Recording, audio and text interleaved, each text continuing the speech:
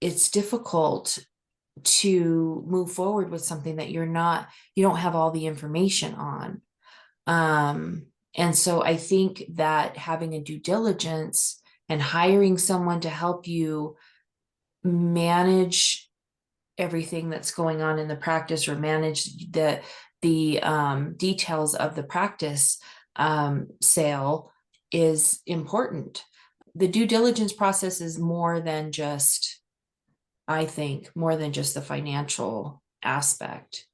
We want to look at how long the employees have been there. We want to look at also what the procedures that the current dentist is doing. Like Josh, you and I talked about before, if you have a general practice that the seller is performing certain procedures that are a little bit out of the realm of what the buyer is used to performing, there's an element there where the buyer has to consider going to get training for those new procedures so that he or she can maintain that revenue stream. Then also, not only that, but if the buyer needs to get special training for those additional procedures, they have to be aware that they are not going to be at the same speed as the seller either. So they may not be able to see as many patients as the seller was able to. And so the income may be delayed for a period of time. Welcome to Getting Down to Business. In this episode, we look at the valuation process from the buyer's side, also known as a due diligence report. This report we generate for our clients examines several different factors of the business for sale, such as financial information, market conditions, general operations, and identified risks. The Hindley Bergmeyer Group has been performing due diligence reports for many years and has benefited countless buyers in their decision-making process. Now let's take a deeper dive into understanding the due diligence process and its benefits to the buyers making the decision to purchase a practice. Thanks for joining us, and let's get down to business. Just talking about, the situation that we're in with the doctor, buying a practice that may or may not know everything or may not have experience in what the seller is doing. If they can't perform all the services from the very beginning. Yeah. Any specialty things or things if they're especially fresh out of school and haven't been trained on or may need consulting in. The problem could be that you went into a situation blindly. Yeah, because I just say, hey, my business is for sale, it's $1 million. Yeah, without a due diligence valuation, you may not know if $1 million asking price is reasonable or not. Yeah, so the buyer is interested in purchasing a practice. There's a seller that's saying, hey, buyer, I have this practice and I think it's worth $3 million or whatever, or $1 million. And the buyer is saying, okay, well, how do I know that? How do I know that it's worth that? So there's a couple of things, sometimes buyers will say, well, have you had a valuation done on the practice, seller? And the seller can say, no, actually I haven't, but I heard that I can ask 72% of my revenue. That's what everybody's asking. So the seller is like, well, I kind of don't accept that. So there are companies or how can I be confident? Right. Well, and I don't think that the buyer should accept that reason or that. I I mean, any intelligent buyer, which most doctors are, especially doctors that are looking at practices to purchase nowadays, they are very, very smart and savvy when it comes to looking at practices for sale.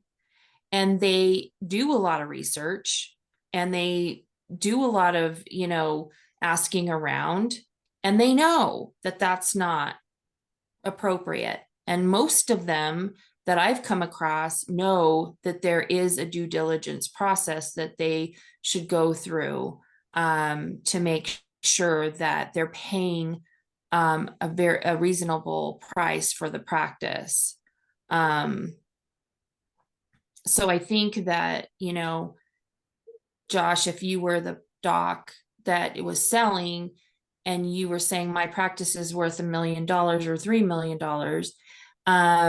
then, if a buyer came to us and said, I need your help, we would advise that buyer to let you know that we will be looking at your finances to make sure that it is a reasonable price for that buyer.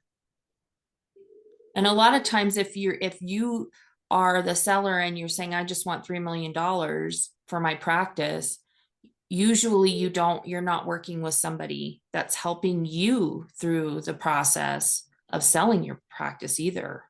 What is due diligence? I've heard this term a lot lately. Yes, typically due diligence is from the perspective of the buyer or on behalf of the buyer. It is a valuation that's done very, very similarly, but um, more for the purposes of identifying if the seller's asking price is reasonable and then applying any maybe not identified risks or understanding their general operations, and applying that information to the buyer. Rachel, why don't you talk about from the perspective of adjustments you make and when you're looking at things like reasonable rents, reasonable compensation, or excess compensation, what goes into those adjustments that when you're doing buy-side due diligence that you're going to help the prospective buyer be aware of things that they may not be otherwise thinking about when they go into a deal? The one that always comes, the biggest one that comes to mind to me is always rent. Right. And it is possible that in a situation the seller has not had a valuation done, and we don't know that their asking price is based on evaluation or in an appropriate range of evaluation anyway. So our due diligence is going to follow the same process as a regular typical valuation, where we do identify discretionary expenses. Those can be expenses that are higher or lower, and we make appropriate adjustments to represent what is required expenses to maintain ongoing operations. And as Eric mentioned, one of the biggest ones is going to be rent. It is very possible, because a lot of business owners do also own the property that they're in, that they have understated their rent expense because they're not paying themselves a fair market value rent. And we make sure in our evaluation or due diligence process that we are representing the fair market value of all those expenses, including rent, including salaries or wages paid to the doc, paid to relatives, that we are taking out expenses that are too high, like, for example, auto, things like that. And we're representing real, true, ongoing expenses that a new buyer can expect going forward. Yeah, so like in the instance of a dental practice where we've got one doc that's the owner and employs their spouse. Now that spouse may either actually truly work in the practice or they may not. And if they work in the practice, and as the office manager, let's say, and the salary being paid to the spouse is below market, significantly below market, because maybe the strategy is not to pay a market salary because I want to avoid some of the employment taxes. You need to come back in the valuation is make appropriate adjustments for reasonable compensation for the office manager once the transaction occurs, and the doc has to go out and hire a manager at the right price. Alternatively, you may have a situation where the employed spouse is getting a significantly above market salary for whatever the reason may be. And we want to look at that and make the appropriate adjustment to bring that back down to market. That only helps improve the value of the practice under that circumstance. Or the spouse is doing multiple jobs, Yeah. We you know, and assume that as a business owner, they are likely utilizing tax strategies because you have that opportunity as a business owner, and we want to identify what those are, whether they are running additional expenses through their business or, otherwise underpaying their spouse because of tax strategies. So Yeah. we know that that's likely occurring. And then some of the other things you do, and there may not be an agenda to how we're going through this part of this, but you're looking to see now in a dental practice, it's obvious there's not likely a concentration of credit or revenue risk. You're not getting a massive source of your revenue from one particular patient. We do see that when we're valuing other businesses where there may be a customer that represents a 10 or 15% of revenue, and there's concentration risk. When we look at dental practices, and we go back to dental practices for the moment, I do like to look at accounts receivable if we are doing buy side due diligence. I like to look at the accounts receivable as well as credit balances, just to ask questions around how long accounts are outstanding, how quickly do they look at credits and clean that stuff up. It speaks volumes of a practice that has a very clean, well-maintained accounts receivable, limited credit balances. I do get nervous when I see pages upon pages of outstanding receivables that are greater than 90 days or greater than 120 days, as well as practices that had significant credit balances. They're just not paying attention to some of the important things that their practice reports and their accounts receivable should be telling them. There's a lot of different factors that you guys are looking at when you're performing this due diligence. Since we were talking about the income statement not too long ago, is that a statement that you guys look at closely when you're doing your due diligence reports? Rachel, go to town. That's a softball question to you.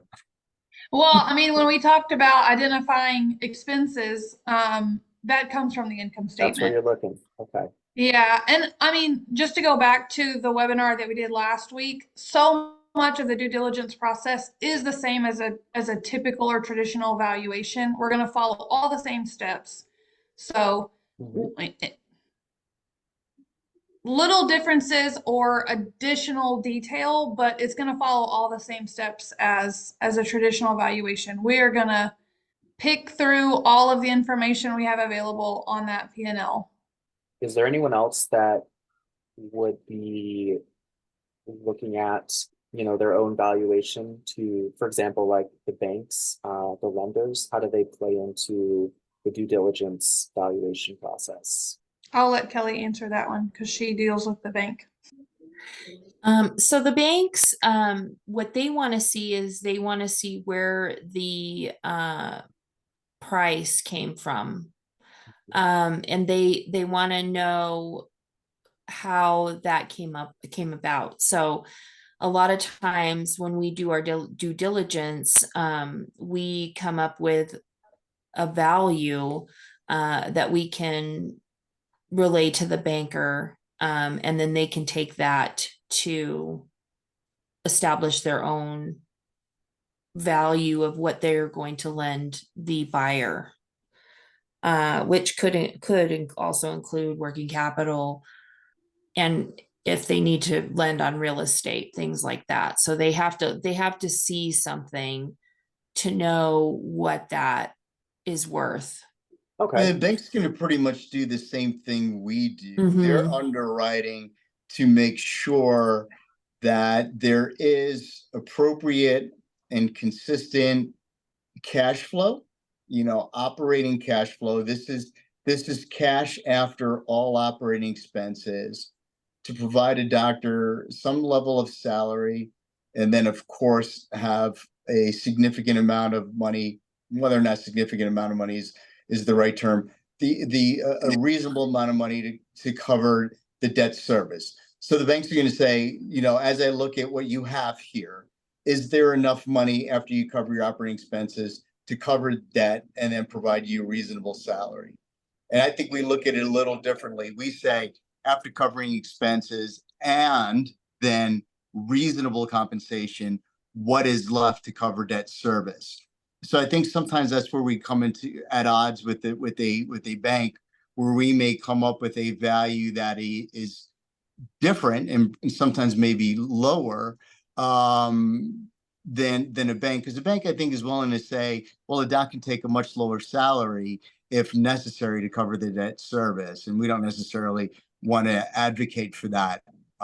It's rare that we have differences between a bank and us, but that can happen at times. Ultimately, Usually the they bank have, is going to make money off this. So the bank right. wants to loan on it. So we provide the buyer as much information as possible to make an informed decision for themselves. This And is what it looks like after debt service, and this based on these wages to yourself. This is what you can expect. Can you survive off that or not? there's circumstances where the seller is wanting to sell the practice, but they want to work as an associate in the practice. And we have to look at that as well and see if that is even possible for a buyer to go in and purchase a practice that they're going to employ the seller, and if it cash flows and if they're able to pay debt service on it at that point as well. I mean, there could be issues with that if a seller is really like adamant about working in there. are there any common risks that you guys tend to just stumble upon over and over again when you're doing your due diligence valuations? Or are there ever opportunities that you notice as well? Yeah. Well, like for instance, if a lot of times there are doctors that are looking to purchase practices that are from corporate practice, that they do a lot of Medicaid, and they see a lot of patients one after another where they're doing general dentistry, and it's really just the bread and butter type of dentistry, and that's the experience that they have. That's the experience that they've been involved in a lot of their career, and they're getting kind of tired of that, so they want to buy a practice. A lot of private practices do other things outside of just general dentistry, such as Invisalign or cosmetic dentistry or things like that, where a buyer may not have a lot of experience to do those procedures in the same time frame that the seller does, or they may need additional training, so there's the expenses of going to classes for that. I know a lot of dental practices nowadays, they do Botox and things like that, and those kinds of procedures have to have special training, and it's expensive, the training. And so those are things that we look at when we look at a practice with a buyer to Mhm. say, can you do these things? Are you open to do these things? Are you open to going to classes for these things? And doing that, and know that you're going to be a little bit delayed in obtaining the same revenue at the same pace at first because you're going to be a little bit slow. Also, you can look at an annual financial statement and you can see that that a practice may have brought in $1 million, but then you look at it per month, and if it fluctuates like very, very high and low, a lot of times that means that the dentist is either working really hard in the practice one month and then they're taking off, or they're doing they're actually generating a lot of the revenue that's coming into the practice, and the practice isn't staying steady with just the hygiene. It's really important for the dentist to be in there. So if somebody's coming in and they don't know how to do a lot of the procedures that seller's doing, they may not make that same revenue. Right. In a general dentistry practice, we usually see the production split of the dentist generating about 70% of production and hygiene producing about 30% of production. The more specialty services that office provides, like if they do oral surgery or the more things they don't refer out, as we see in general dentistry, they may refer out a lot of services. That split may be more severe where the doc generates 85% or possibly even more because their office isn't just focused on normal general dentistry and the hygiene doesn't produce 30%. And in that case, obviously there's more risk, arguably, because your dentist is so important. They're responsible for 85% of revenue. And if they can't provide the same services, then you're losing a chunk of that 85% just because they can't provide those services on day one. There's also a risk of certain types of insurances and being credentialed with certain types of insurances. There is there's a lot of dentists that are retiring now that are on a level of Delta Dental that a new dentist that comes in cannot credential for, which is reimbursed at a higher rate than that of a new dentist coming into that practice. So there is a variance there with those reimbursement rates and what the seller is getting compared to what the buyer would be getting once they take over the practice. So those are things that need to be considered too. And you cannot just estimate what those numbers are. You have to have someone go in and look at those numbers and calculate what that variance would be.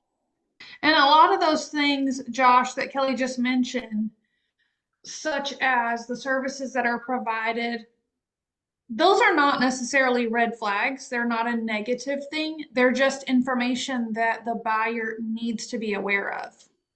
Whenever we do a regular valuation or a due diligence valuation, we always ask for a lot of practice reports.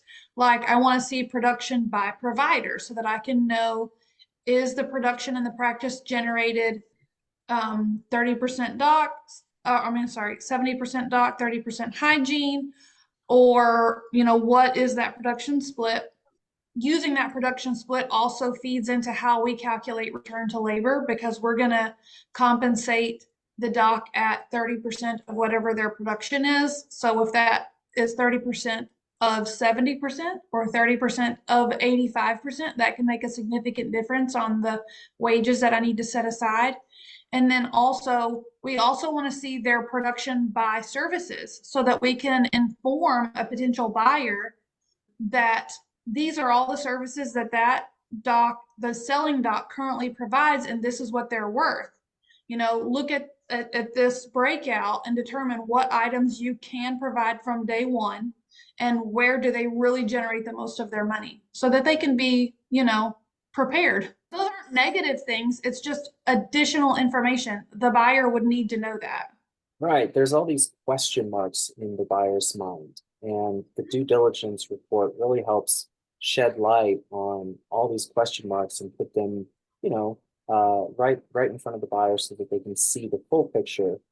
That's the problem that the due diligence report really solves. Is it's really just bringing light to these, and it sounds like my head's spinning a little bit with just how fast you guys are pulling up with this thing and this thing and this thing. There's a lot of different factors that are, at play here. The payoff obviously would be they either decide to make the purchase because it's a good decision financially, or they decide, yeah, I don't know. There's a lot of, I just got a lot of information that I wasn't really expecting. For some of my questions, I didn't really like that answer. I didn't really like that. I didn't realize this business had a lot of liabilities that weren't being disclosed to me, or there was certain liabilities that I have no way of knowing how that's going to affect me down the road. How often would you say after the client gets their due diligence report that they decide either to buy or to sell? I mean, it's obviously just going to depend, right, on what the information is. Like, do you ever see situations where, hey, it's still a good deal and they still walk away from it? Or have you ever seen situations where this isn't a great deal and they still do it? Yes, I had one just recently where it was a really good deal, but they walked away.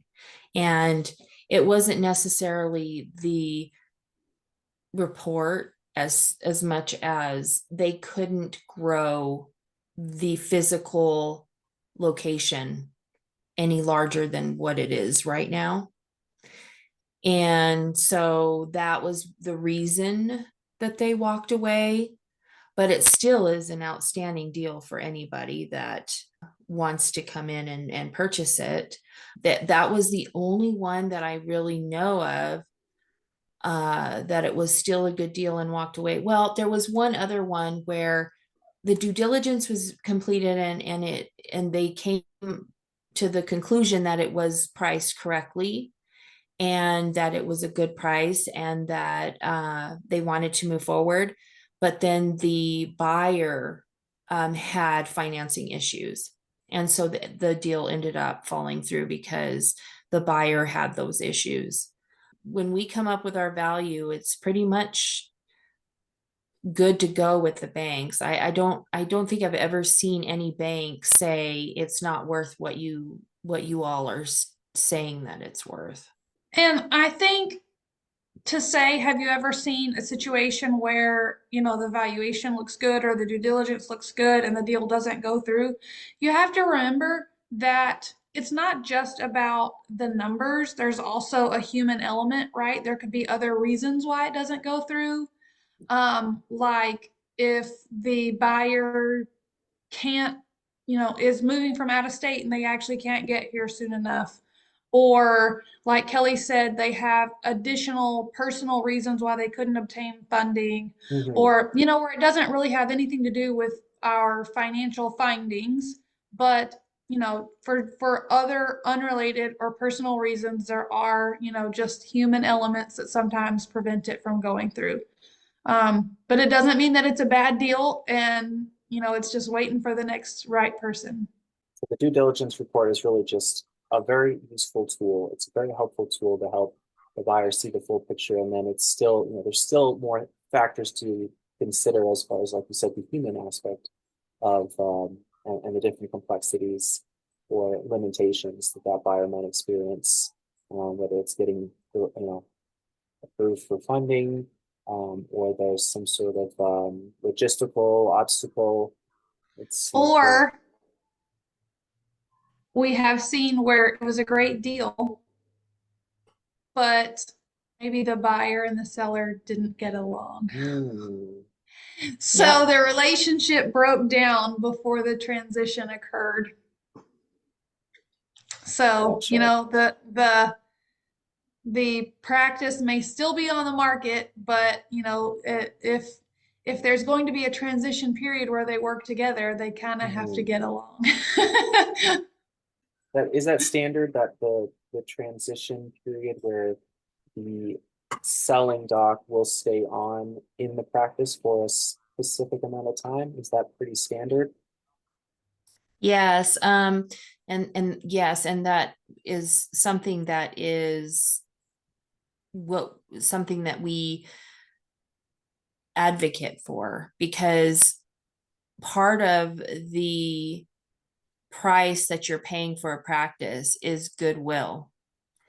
And that goodwill comes in to play. A lot of it is the selling doctor transferring knowledge to the buyer. And it has to be over a period of time. It can't be just, a month, or I mean, I've sold practices where the dentist walks away after a month. It actually was one of the first practices that I sold, was that situation happened.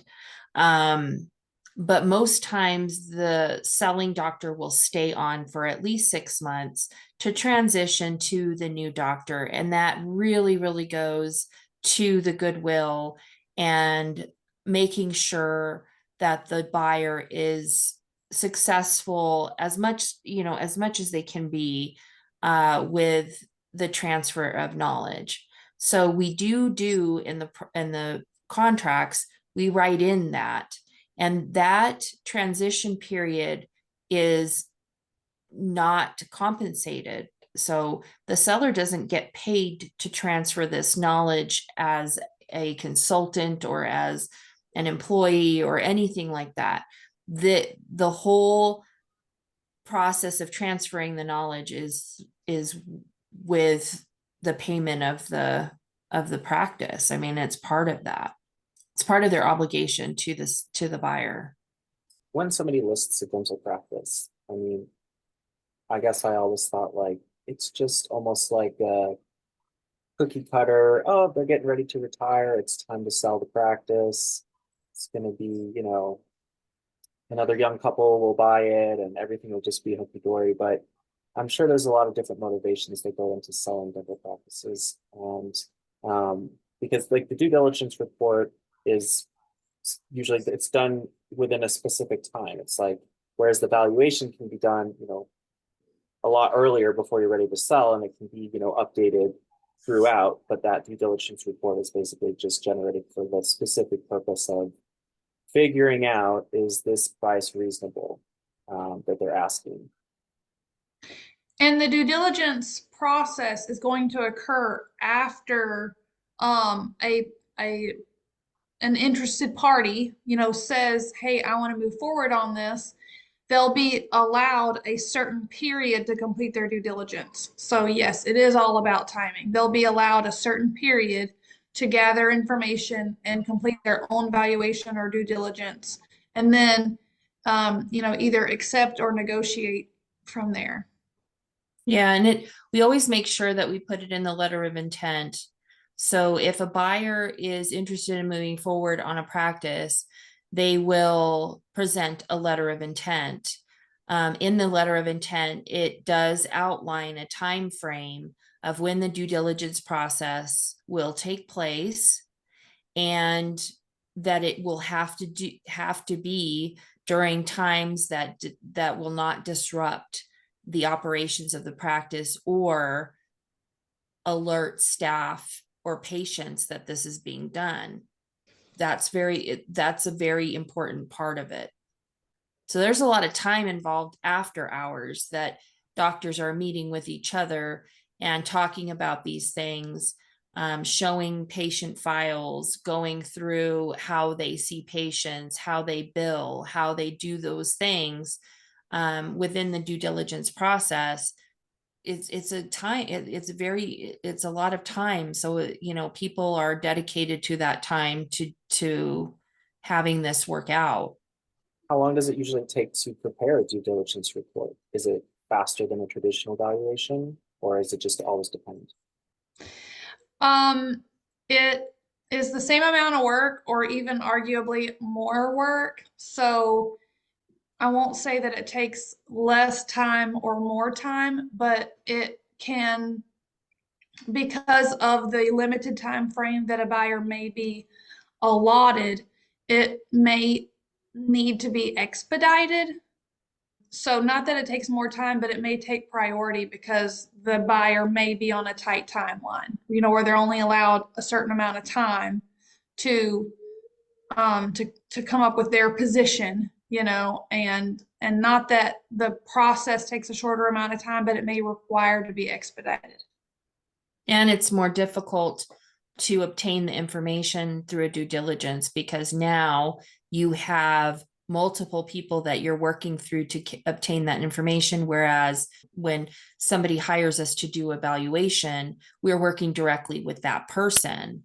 Right. In a due diligence, we may be working with a broker. We're not even working with the seller, and the broker is responsible to obtain the information that we need timely. What do you do in the case of like, there's a dental practice for sale and you have, one buyer that's interested and, they've obtained a due diligence report, but what do you do in the case that say another buyer just comes in and he's interested all of a sudden? Does he have to get a separate due diligence report, or is that information available to just other interested buyers in general? So like I said before, with the due diligence, usually the due diligence doesn't happen until after a letter of intent has Okay, been yes. presented and agreed upon. So once a letter of intent is presented and agreed upon, the due diligence process takes place. There are no other potential buyers that are allowed to engage with the seller during this process. The only time that another potential buyer would come in would be if the deal did not happen because they backed out before the time frame was up. Okay, yeah, I missed a critical detail there. I knew that, I just didn't know that. So one buyer at a time, basically. Yes, the practice that we perform due diligence on at the time that we do it, that practice is not on the market. So we're not doing the Disclosing same. that, like a real estate, like a residential real estate house, or even a commercial. Right. There's no Zillow for rental practice. Right. No. No. And they would have, even anyone who goes through a due diligence process, any interested party, probably the number one step, right, Kelly, is that they have to sign a non-disclosure. So they cannot Yes. let anyone else know that they have ever even heard that this practice is on sale, much less disclose any financial information that's provided to them. Now, why Correct. is that? Why is it so important to keep this information a secret? Because you're protecting, like Kelly said, a lot of that goodwill. You do not want patients to find out. You do not want staff to find out, because that could potentially cause a lot of issues for a selling doc. And it would give competitors an opportunity to create almost like a monopoly, or at least an unfair advantage if they have that data, that intel. They could start marketing to their customers, or the staff could also just decide, hey. Well, you don't want, let me start by saying, if the transition is a smooth transition and you have not prematurely alerted staff or patients that you are going to, sell and have another doc come in, if their introduction to the new owner is positive, you're significantly more likely to retain your staff and retain your patient base than if they have 3 months or 6 months or whatever lead time to worry about it. Right? You don't want to give them any opportunity to be concerned that their experience may change. You want their introduction to be a positive and smooth introduction, and as long as they feel happy about it, then you're much more likely to be able to maintain the staff and the same patient base. People do not handle change very well at all. And if you alert your staff, or if your staff has knowledge that there could potentially be a change of ownership, the unknown is so much sometimes for people, and it's so unbearable that they will look for another job somewhere else in that unknown, just so that they wouldn't have to go through this transition. I mean, if you think about your own job, if you found out, oh my gosh, my boss is not going to be my boss anymore, and I don't know anything about who's my new boss is going to be, They may be the most wonderful person, but you don't know that. And the unknown is scary enough that you think, oh, I better get my resume put together. I Mhm. better get out on Indeed just to see what's out there, just in case. It's better if you don't give them a reason to be nervous. And like we said before, the hygienist really is the one that has a big relationship with the patients. You want to make sure that you keep them, you keep your assistants, you keep everything the same because of that. You want to make sure that the transition is as smooth as possible to the buyer. And the buyer wants that too, because the buyer's coming into the unknown as well. And they're coming in and they may know because they received a due diligence from us, but they're still, kind of like, oh, this is a little scary because this is going to be a new team, and they're loyal to the seller, and now they're going to be my team, and just kind of, there's a lot of unknowns there. No matter what, the least amount of change is going to be the best thing for everyone involved. If you're going to buy a business, and especially businesses that are bringing in over $1 million a year, you're going to have to spend money. There is going to be an amount of money that you're going to have to spend up front.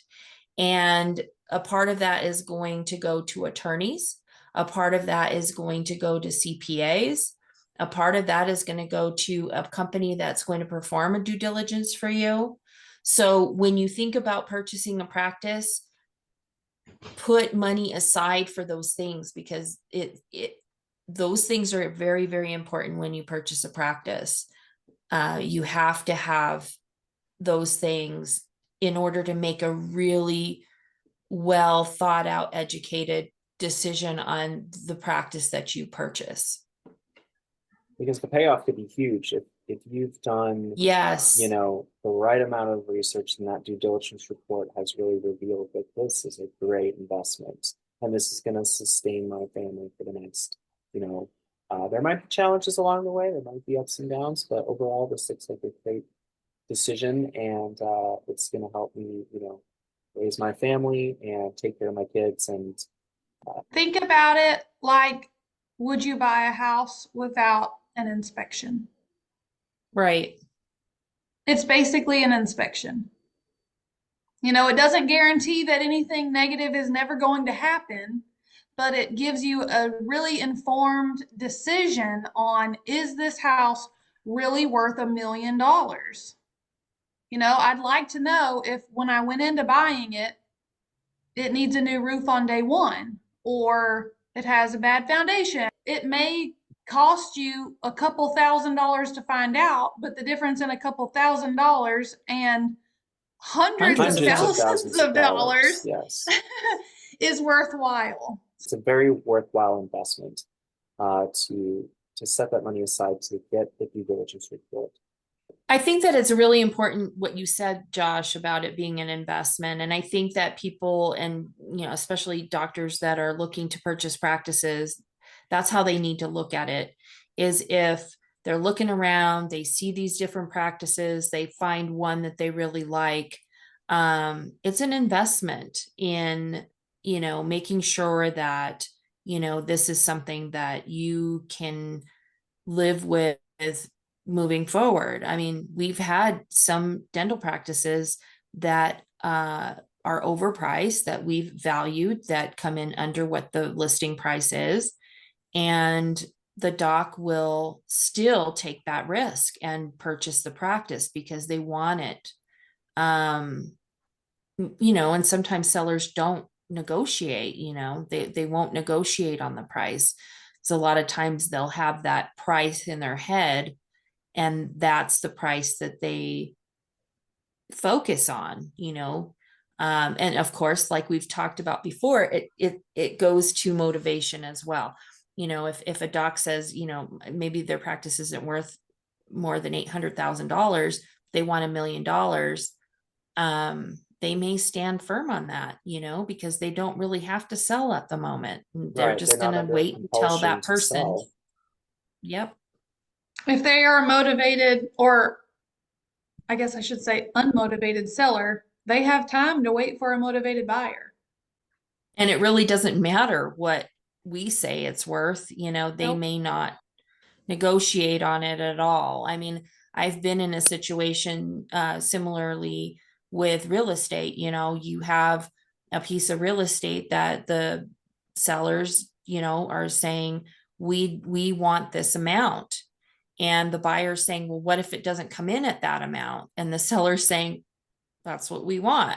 If you don't want to pay us that amount, then we don't have to sell it to you, So that's kind of the reality of the situation is, you do get a due diligence, you pay for it. But it's basically giving you peace of mind at the end that you know what the reality of the situation is, whether it's worth the amount that the price point is, or it's worth less than what the price point is, and you still want to take that risk and move forward. This has been Getting Down to Business, Episode 4 on the Due Diligence Report. We hope you found the information on this call helpful and informative. Whether you are considering buying or selling a dental practice, knowing which steps to take along the way will help ensure a smooth transition, and we know that is crucial for your success. If you have any questions or would like to learn more about the Hindley Bergmeyer Group, visit our website at www.hindleybergmeyergroup.com and feel free to schedule a consultation with Kelly Yardman. We love to help our clients every step of the way on their dental practice journey. Until next time.